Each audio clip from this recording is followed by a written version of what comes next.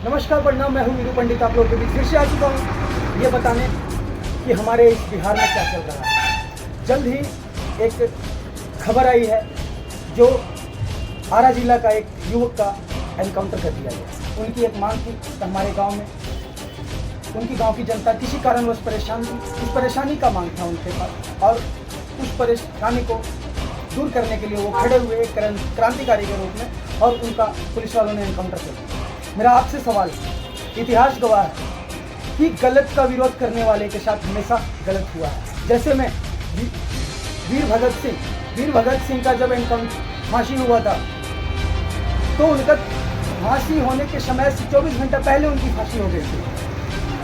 हालांकि उनका 24 घंटा पहले ही फांसी हो चुका है तो जनता उस पर रोक नहीं लगा पाई, क्योंकि मालूम था उस समय प्रशासन को, अंग्रेजों को मालूम था कि बहुत बड़ी तादाद में जनता आएगी और इस फांसी को रुकवा देगी, इसलिए उन्होंने 24 घंटा पहले उनका फांसी करवा दिया था। तो मेरा सवाल आपसे है कि विरोधियों का विरोध में आप क्यों शामिल हैं? हमारे ये बिहार का सिस्टम जो कि 10 से 12 साल हो चुका है सिस्टम बनाए हुए श्री नीतीश कुमार जी का, जिन्होंने 10 से 12 साल पहले बिहार में शराब बंदी कर दी है, फिर भी बिहार में भारी मात्राओं में शराब की बिक्री हो रही है। क्या इस बात से आप सहमत हैं? और इसमें सबसे बड़ा हाथ किसका है? आपको पता है? नहीं पता है? मैं बताता हूँ आपको।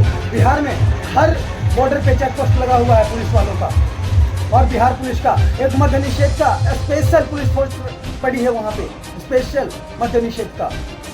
और बिहार का, बंगाल का, झारखंड का, यूपी का हर बॉर्डर पे चेक पोस्ट लगी हुई है, और फिर भी शराब का आवागमन हो रहा है। क्यों? कैसे? कहीं ना कहीं पुलिस का इसमें हाथ है। वो एक दूसरे से मिले हुए हैं और शराब का भारी मात्राओं में शेयर कर रहे हैं। यहाँ पे मैं आपको बता रहा हूँ, अगर कोई पुलिस वाले किसी भी अगर शराब बेचने वाले शराब माफिया को पकड़ते हैं तो वो माफिया उनको कुछ पैसे दे करके रफा दफा कर दे रहे हैं और फिर अगले दिन से वही काम स्टार्ट। तो इसमें सबसे बड़ा हाथ हमारे बिहार का पुलिस प्रशासन का है, जो बिहार में दारू का बिक्री हो रहा है। इसमें सबसे बड़ा हाथ हमारे बिहार का पुलिस प्रशासन का है। ये बात मैं दावे के साथ कह सकता हूँ। और हमें हर युवाओं से यही कहना है कि आप युवा लोग हमारे साथ चले। और ये एक बात और कि जब वोटिंग का समय आता है तो नेता लोग क्या करते हैं? लालच दे देते हैं जनता को। जनता लालच में फंस जाती है। 10,000 रुपये देंगे फिर 2 लाख रुपये मिलेगा। ये सिस्टम सुना होगा आपने। और हाँ, ये बात सच है कि सबके अकाउंट में 10-10 हज़ार रुपये आए और फिर वो कैसे सम्राट चौधरी को बिठा दिया गया। उसके बाद एक दिन में 6400 करोड़ का चालान काट दिया गया। वो 10,000 रुपये वहीं से निकाले गए। शराब पीने वालों को पकड़ा गया, बेचने वालों को नहीं। भारी मात्राओं में जो शराब पी रहे हैं उनको पुलिस वालों ने पकड़ा, 3-3 हज़ार रुपये का इस पे मुआवजा लिया। 3-3 हज़ार रुपये ले करके फिर उन्हें छोड़ दिया गया। वो पैसे कहाँ से निकले? आपको बेवकूफ़ नहीं हो, आपको बेवकूफ़ बनाया जा रहा है। 10,000 रुपये देकर 20,000 रुपया लिया जा रहा है। वो कहते हैं ना कि मछली को फंसाने के लिए चारा डालना पड़ता है, तो उन्होंने सेम वही सिस्टम किया। मछली को फंसाया, चारा डाला, मछली फंसी, फिर मछली को खाना ही है। तो वही सिस्टम बनाया और बाद में वो जीतने के बाद कहते हैं हमारे देश में अभी जल्द ही एक पंचायती राज्य का चुनाव आने वाला है। मुखिया सरपंच ये वाला चुनाव आएगा पंचायती राज स्तरीय। तो उसमें क्या होगा कि मुखिया लोग जीतेंगे और खूब दारू पिलाएंगे, खूब मुर्गा खिलाएंगे।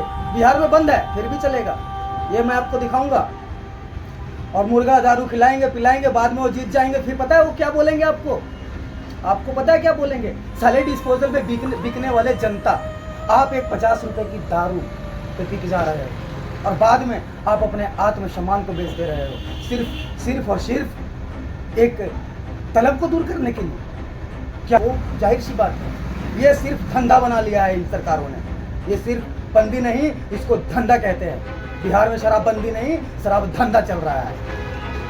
अगर आप मेरी बात से सहमत हैं तो इस वीडियो को लाइक करें, शेयर करें, पोस्ट करें। अगर सहमत नहीं है तो जो मर्जी वो करें। बाकी धन्यवाद।